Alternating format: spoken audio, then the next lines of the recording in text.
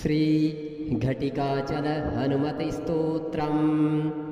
शङ्खचक्रधरं देवं घटिकाचलवासिनं योगारूढं ह्याञ्जनेयं वायुपुत्रं नमाम्यहं भक्ताभीष्टप्रदातारं चतुरबाहुविराजितं दिवाकरद्वितिनिभं वन्देऽहं पवनात्मजं कौपीनमेखलासूत्रं स्वर्णकुण्डलमण्डितं लङ्घिताब्धिं रामदूतं नमामि सततं हरिं दैत्यानां नाशनार्थाय महाकायधरं विभुं गदाधराकरो यस्तं वन्देऽहं मारुतात्मजं नृसिंहाभिमुखो भूत्वा पर्वताग्रे च संस्थितं वाञ्छन्तं च ब्रह्मपदवीं नमामि कपिनायकं बालादित्यवपुष्कं च सागरोत्तारकारकं समीरवेगं देवेशं वन्देऽहमितविक्रमं पद्मरागारुणमणि शोभितं कामरूपिणं पारिजाततरुस्थं च वन्देऽहं वनचारिणं रामदूतं नमस्तुभ्यं पादपद्मार्चनं सदा देहि मे वाञ्छितफलं पुत्रपौत्रप्रवर्धनम् इदं स्तोत्रं पठेन्नित्यं प्रातःकाले द्विजोत्तमः तस्याभीष्टं ददात्याशु रामभक्तो महाबलः शङ्खचक्रधरं देवं घटिकाचलवासिनं योगारूढं ह्याञ्जनेयं वायुपुत्रं नमाम्यहं भक्ताभीष्टप्रदातारं चतुरबाहुविराजितं दिवाकरद्वितिनिभं वन्देऽहं पवनात्मजं कौपीनमेखलासूत्रं स्वर्णकुण्डलमण्डितं लङ्घिताब्धिं रामदूतं नमामि सततं हरिं दैत्यानां नाशनार्थाय महाकायधरं विभुं गदाधराकरो यस्तं वन्देऽहं मारुतात्मजं नृसिंहाभिमुखो भूत्वा पर्वताग्रे च संस्थितं वाञ्छन्तं च ब्रह्मपदवीं नमामि कपिनायकं बालादित्यवपुष्कं च सागरोत्तारकारकं समीरवेगं देवेशं वन्देऽहमितविक्रमं पद्मरागारुणमणि शोभितं कामरूपिणं पारिजाततरुस्थं च वन्देऽहं वनचारिणं रामदूतं नमस्तुभ्यं पादपद्मार्चनं सदा देहि मे वाञ्छितफलं पुत्रपौत्रप्रवर्धनम् इदं स्तोत्रं पठेन्नित्यं प्रातःकाले द्विजोत्तमः तस्याभीष्टं ददात्याशु रामभक्तो महाबलः शङ्खचक्रधरं देवं घटिकाचलवासिनं योगारूढं ह्याञ्जनेयं वायुपुत्रं नमाम्यहं भक्ताभीष्टप्रदातारं चतुरबाहुविराजितं दिवाकरद्वितिनिभं वन्देऽहं पवनात्मजं कौपीनमेखलासूत्रं स्वर्णकुण्डलमण्डितं लङ्घिताब्धिं रामदूतं नमामि सततं हरिं दैत्यानां नाशनार्थाय महाकायधरं विभुं गदाधराकरो यस्तं वन्देऽहं मारुतात्मजं नृसिंहाभिमुखो भूत्वा पर्वताग्रे च संस्थितं वाञ्छन्तं च ब्रह्मपदवीं नमामि कपिनायकं बालादित्यवपुष्कं च सागरोत्तारकारकं समीरवेगं देवेशं वन्देऽहमितविक्रमं पद्मरागारुणमणि शोभितं कामरूपिणं पारिजाततरुस्थं च वन्देऽहं वनचारिणं रामदूतं नमस्तुभ्यं पादपद्मार्चनं सदा देहि मे वाञ्छितफलं पुत्रपौत्रप्रवर्धनम् इदं स्तोत्रं पठेन्नित्यं प्रातःकाले द्विजोत्तमः तस्याभीष्टं ददात्याशु रामभक्तो महाबलः शङ्खचक्रधरं देवं घटिकाचलवासिनं योगारूढं ह्याञ्जनेयं वायुपुत्रं नमाम्यहं भक्ताभीष्टप्रदातारं चतुरबाहुविराजितं दिवाकरद्वितिनिभं वन्देऽहं पवनात्मजं कौपीनमेखलासूत्रं स्वर्णकुण्डलमण्डितं लङ्घिताब्धिं रामदूतं नमामि सततं हरिं दैत्यानां नाशनार्थाय महाकायधरं विभुं गदाधराकरो यस्तं वन्देऽहं मारुतात्मजं नृसिंहाभिमुखो भूत्वा पर्वताग्रे च संस्थितं वाञ्छन्तं च ब्रह्मपदवीं नमामि कपिनायकं बालादित्यवपुष्कं च सागरोत्तारकारकं समीरवेगं देवेशं वन्देऽहमितविक्रमं पद्मरागारुणमणि शोभितं कामरूपिणं पारिजाततरुस्थं च वन्देऽहं वनचारिणं रामदूतं नमस्तुभ्यं पादपद्मार्चनं सदा देहि मे वाञ्छितफलं पुत्रपौत्रप्रवर्धनम् इदं स्तोत्रं पठेन्नित्यं प्रातःकाले द्विजोत्तमः तस्याभीष्टं ददात्याशु रामभक्तो महाबलः शङ्खचक्रधरं देवं घटिकाचलवासिनं योगारूढं ह्याञ्जनेयं वायुपुत्रं नमाम्यहं भक्ताभीष्टप्रदातारं चतुरबाहुविराजितं दिवाकरद्वितिनिभं वन्देऽहं पवनात्मजं कौपीनमेखलासूत्रं स्वर्णकुण्डलमण्डितं लङ्घिताब्धिं रामदूतं नमामि सततं हरिं दैत्यानां नाशनार्थाय महाकायधरं विभुं गदाधराकरो यस्तं वन्देऽहं मारुतात्मजं नृसिंहाभिमुखो भूत्वा पर्वताग्रे च संस्थितं वाञ्छन्तं च ब्रह्मपदवीं नमामि कपिनायकं बालादित्यवपुष्कं च सागरोत्तारकारकं समीरवेगं देवेशं वन्देऽहमितविक्रमं पद्मरागारुणमणि शोभितं कामरूपिणं पारिजाततरुस्थं च वन्देऽहं वनचारिणं रामदूतं नमस्तुभ्यं पादपद्मार्चनं सदा देहि मे वाञ्छितफलं पुत्रपौत्रप्रवर्धनम् इदं स्तोत्रं पठेन्नित्यं प्रातःकाले द्विजोत्तमः तस्याभीष्टं ददात्याशु रामभक्तो महाबलः शङ्खचक्रधरं देवं घटिकाचलवासिनं योगारूढं ह्याञ्जनेयं वायुपुत्रं नमाम्यहं भक्ताभीष्टप्रदातारं चतुरबाहुविराजितं दिवाकरद्वितिनिभं वन्देऽहं पवनात्मजं कौपीनमेखलासूत्रं स्वर्णकुण्डलमण्डितं लङ्घिताब्धिं रामदूतं नमामि सततं हरिं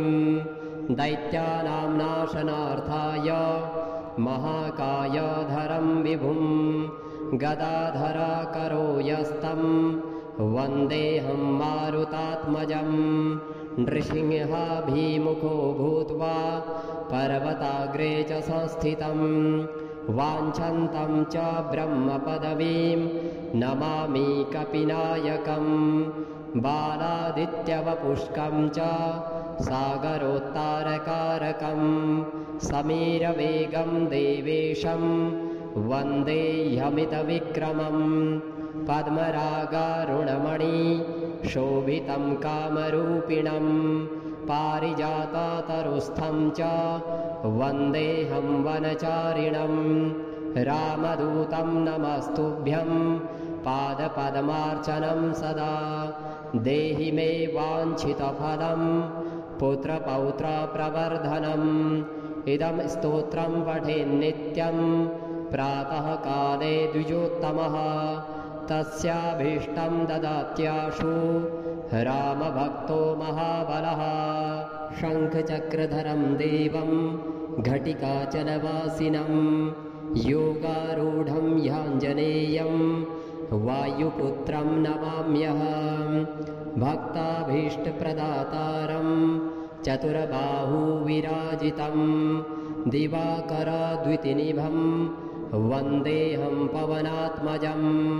कौपीनमेखलासूत्रं स्वर्णकुण्डलमण्डितं लङ्घिताब्धिं रामदूतं नमामि सततं हरिं दैत्यानां नाशनार्थाय महाकायधरं विभुं गदाधराकरो यस्तं वन्देऽहं मारुतात्मजं नृसिंहाभिमुखो भूत्वा पर्वताग्रे च संस्थितं वाञ्छन्तं च ब्रह्मपदवीं नमामि कपिनायकं बालादित्यवपुष्कं च सागरोत्तारकारकं समीरवेगं देवेशं वन्देऽहमितविक्रमं पद्मरागारुणमणि शोभितं कामरूपिणं पारिजाततरुस्थं च वन्देऽहं वनचारिणं रामदूतं नमस्तुभ्यं पादपद्मार्चनं सदा देहि मे वाञ्छितफलं पुत्रपौत्रप्रवर्धनम् इदं स्तोत्रं पठेन्नित्यं प्रातःकाले द्विजोत्तमः तस्याभीष्टं ददात्याशु रामभक्तो महाबलः शङ्खचक्रधरं देवं घटिकाचलवासिनं योगारूढं ह्याञ्जनेयं वायुपुत्रं नमाम्यहं भक्ताभीष्टप्रदातारं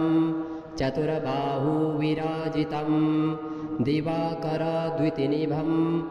वन्देऽहं पवनात्मजं कौपीनमेखलासूत्रं स्वर्णकुण्डलमण्डितं लङ्घिताब्धिं रामदूतं नमामि सततं हरिं दैत्यानां नाशनार्थाय महाकायधरं विभुं गदाधराकरो यस्तं वन्देऽहं मारुतात्मजं नृसिंहाभिमुखो भूत्वा पर्वताग्रे च संस्थितं वाञ्छन्तं च ब्रह्मपदवीं नमामि कपिनायकं बालादित्यवपुष्कं च सागरोत्तारकारकं समीरवेगं देवेशं वन्देऽहमितविक्रमं पद्मरागारुणमणि शोभितं कामरूपिणं पारिजाततरुस्थं च वन्देऽहं वनचारिणं रामदूतं नमस्तुभ्यं पादपद्मार्चनं सदा देहि मे वाञ्छितफलं पुत्रपौत्रप्रवर्धनम् इदं स्तोत्रं पठेन्नित्यं प्रातःकाले द्विजोत्तमः तस्याभीष्टं ददात्याशु रामभक्तो महाबलः शङ्खचक्रधरं देवं घटिकाचलवासिनं योगारूढं ह्याञ्जनेयं वायुपुत्रं नमाम्यहं भक्ताभीष्टप्रदातारं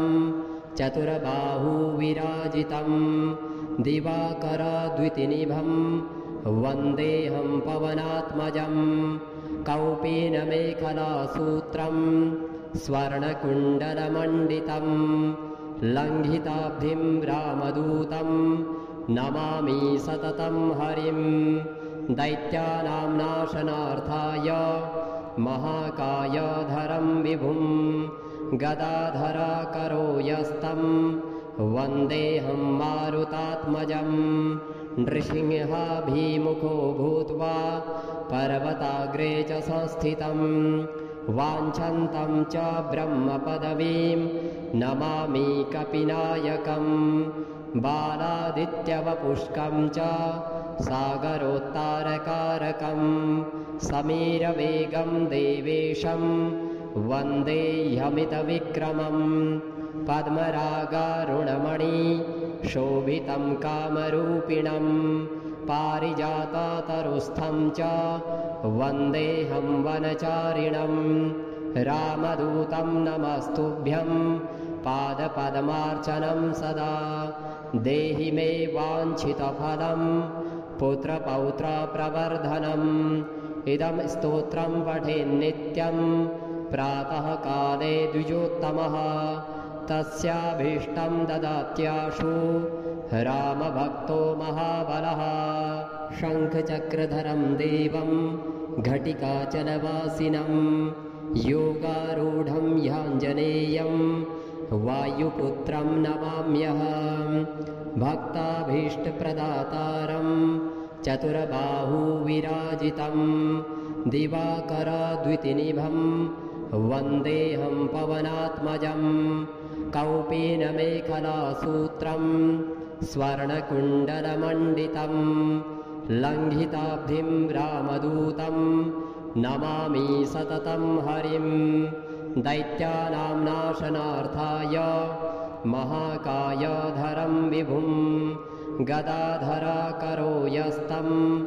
वन्देऽहं मारुतात्मजं नृसिंहाभिमुखो भूत्वा पर्वताग्रे च संस्थितं वाञ्छन्तं च ब्रह्मपदवीं नमामि कपिनायकं बालादित्यवपुष्कं च सागरोत्तारकारकं समीरवेगं देवेशं वन्देऽहमितविक्रमं पद्मरागारुणमणि शोभितं कामरूपिणं पारिजाततरुस्थं च वन्देऽहं वनचारिणं रामदूतं नमस्तुभ्यं पादपद्मार्चनं सदा देहि मे वाञ्छितफलं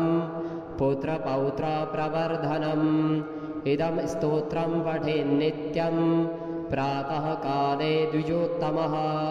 तस्याभीष्टं ददात्याशु रामभक्तो महाबलः शङ्खचक्रधरं देवं घटिकाचलवासिनं योगारूढं ह्याञ्जनेयं वायुपुत्रं नमाम्यहं भक्ताभीष्टप्रदातारं चतुर्बाहुविराजितं दिवाकरद्युतिनिभं वन्देऽहं पवनात्मजं कौपीनमेखलासूत्रं स्वर्णकुण्डलमण्डितं लङ्घिताब्धिं रामदूतं नमामि सततं हरिं दैत्यानां नाशनार्थाय महाकायधरं विभुं गदाधराकरो यस्तं वन्देऽहं मारुतात्मजं नृसिंहाभिमुखो भूत्वा पर्वताग्रे च संस्थितं वाञ्छन्तं च ब्रह्मपदवीं नमामि कपिनायकं बालादित्यवपुष्कं च सागरोत्तारकारकं समीरवेगं देवेशं वन्देऽहमितविक्रमं पद्मरागारुणमणि शोभितं कामरूपिणं पारिजाततरुस्थं च वन्देऽहं वनचारिणं रामदूतं नमस्तुभ्यं पादपद्मार्चनं सदा देहि मे वाञ्छितफलं पुत्रपौत्रप्रवर्धनम् इदं स्तोत्रं पठेन्नित्यं प्रातःकाले द्विजोत्तमः तस्याभीष्टं ददात्याशु रामभक्तो महाबलः शङ्खचक्रधरं देवं घटिकाचलवासिनं योगारूढं ह्याञ्जनेयं वायुपुत्रं नमाम्यहं भक्ताभीष्टप्रदातारं चतुर्बाहुविराजितं दिवाकरद्वितिनिभं वन्देऽहं पवनात्मजं कौपीनमेखलासूत्रं स्वर्णकुण्डलमण्डितं लङ्घिताब्धिं रामदूतं नमामि सततं हरिं दैत्यानां नाशनार्थाय महाकायधरं विभुं गदाधराकरो यस्तं वन्देऽहं मारुतात्मजं नृसिंहाभिमुखो भूत्वा पर्वताग्रे च संस्थितं वाञ्छन्तं च ब्रह्मपदवीं नमामि कपिनायकं बालादित्यवपुष्कं च सागरोत्तारकारकं समीरवेगं देवेशं वन्देऽहमितविक्रमं पद्मरागारुणमणि शोभितं कामरूपिणं पारिजाततरुस्थं च वन्देऽहं वनचारिणं रामदूतं नमस्तुभ्यं पादपद्मार्चनं सदा देहि मे वाञ्छितफलं पुत्रपौत्रप्रवर्धनम् इदं स्तोत्रं पठेन्नित्यं प्रातःकाले द्विजोत्तमः तस्याभीष्टं ददात्याशु रामभक्तो महाबलः शङ्खचक्रधरं देवं घटिकाचलवासिनं योगारूढं ह्याञ्जनेयं वायुपुत्रं नमाम्यहं भक्ताभीष्टप्रदातारं चतुर्बाहुविराजितं दिवाकरद्वितिनिभं वन्देऽहं पवनात्मजं कौपीनमेखलासूत्रं स्वर्णकुण्डलमण्डितं लङ्घिताब्धिं रामदूतं नमामि सततं हरिं दैत्यानां नाशनार्थाय महाकायधरं विभुं गदाधराकरो यस्तं वन्देऽहं मारुतात्मजं नृसिंहाभिमुखो भूत्वा पर्वताग्रे च संस्थितं वाञ्छन्तं च ब्रह्मपदवीं नमामि कपिनायकं बालादित्यवपुष्कं च सागरोत्तारकारकं